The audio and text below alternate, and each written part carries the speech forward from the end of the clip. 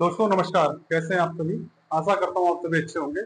दोस्तों आज मैं आपको LIC पॉलिसी रिलेटेड दो बातें ऐसी बताने जा रहा हूँ जिसका इफेक्ट आप पर और आपके परिवार पर पड़ सकता है अगर आपने ध्यान नहीं दिया तो दोस्तों उन दोनों बातों को जानने के लिए बने रहिए इस वीडियो में और कृपया वीडियो को पूरा जरूर देखें।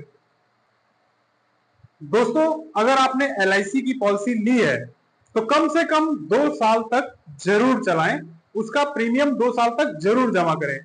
आगे नहीं जमा हो पा रहा कोई बात नहीं, लेकिन अगर आपने 2 साल का प्रीमियम नहीं जमा किया और आगे उसको नहीं चला पाए तो LIC उस पैसे को आपको नहीं देगी, क्योंकि ये LIC की टर्म एंड कंडीशन है कि पॉलिसी का प्रीमियम 2 साल तक जरूर जमा होना चाहिए। मैं एग्जाम्पल के तौर पे आपको बताना चाहता हूं, जैसे आपने 50,000 ईयरली की पॉलिसी ले ली, ठीक है, 1 साल का प्रीमियम आपने जमा कर दिया, नेक्स्ट ईयर आप प्रीमियम नहीं जमा कर पाए किसी कारणवश, 1-2 साल में भर ले गए, चल गया, जमा कर दिए, पॉलिसी चालू हो गई।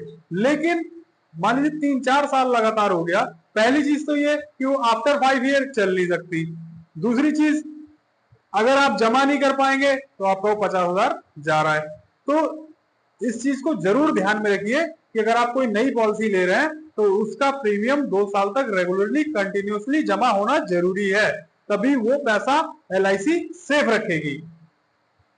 आगे नहीं चला पा रहे कोई दिक्कत नहीं है, हमको जब उसकी मेच्योरिटी एज होगी ना तो उस अमाउंट का लगभग डबल इंटरेस्ट सहित जो है वो LIC आपको पेड कर देगी।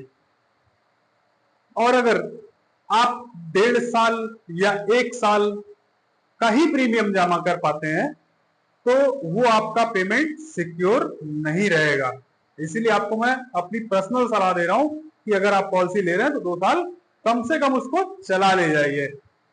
और दोस्तों दूसरी सबसे इंपॉर्टेंट बात क्या है, हम देखते हैं कि LIC एजेंट 10 बार आपके पास आता है और अपना प्रीमियम आप नहीं जमा करते हैं। दोस्तों वहां पे नुकसान उसका नहीं है, नुकसान आपका है।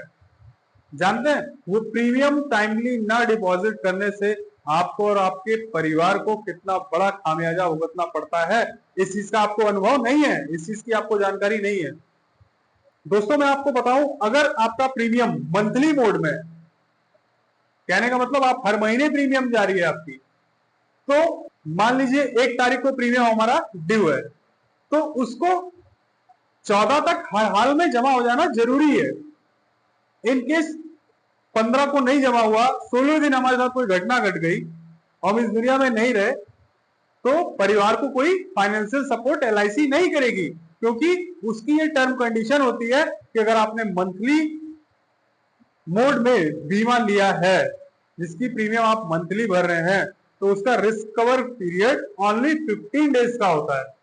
16वें-17वें दिन आपको कोई साथ कोई घटना घटी है, LIC की जिम्मेदारी वहां खत्म होती है, क्योंकि आपने उसका प्रीमियम नहीं जमा किया है। अब बात करते हैं अन्य मोड की, जैसे क्वार्टरली, हाफ ईयरली और ईयरली। इसमें दोस्तों 30 दिन का रिस्क कवर पीरियड होता है। जैसे 1 तारीख को अगर आपका प्रीमियम ड्यू है तो आप 29 तक जमा कर दीजिए, ठीक है। अगर 30 दिन बीतता है और आपको कुछ होता है तो उसकी जिम्मेदार वहां फिर LIC नहीं रहेगी। इसमें 2 चीजें हैं, अगर आप 30 दिन के अंदर जमा कर देते हैं तो आपको इंटरेस्ट नहीं देना है, दूसरी चीज हमारा रिस्क कवर भी सुरक्षित रहेगा, ठीक है। अगर हम 30 से आगे ले जाते हैं उसको तो पहली चीज तो इंटरेस्ट देना ही देना है, ठीक, और दूसरी सबसे बड़ी इंपॉर्टेंट चीज, अगर हमारे साथ कोई मिसहैपनिंग हो गई या आपके साथ कोई मिसहैपनिंग हो गई और प्रीमियम 30 दिन के बाद भी नहीं जमा, तो घर में वो बॉन्ड रखा रह जाएगा, LIC का कोई बेनिफिट परिवार को नहीं मिलेगा। तो दोस्तों दोनों बातें आप जरूर ध्यान में रखें अगर आपने LIC की पॉलिसी ले रखी है तो।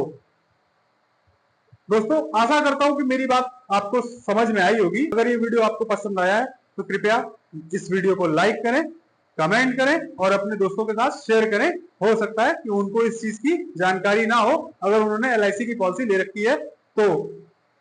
और दोस्तों सबसे बड़ी चीज क्या है, इस चैनल को मेरे सब्सक्राइब करें, जिससे LIC रिलेटेड कोई भी इंफॉर्मेशन आती है तो सबसे पहले मैं आप तक पहुंचा सकूं। तो दोस्तों चलता हूं, नमस्कार।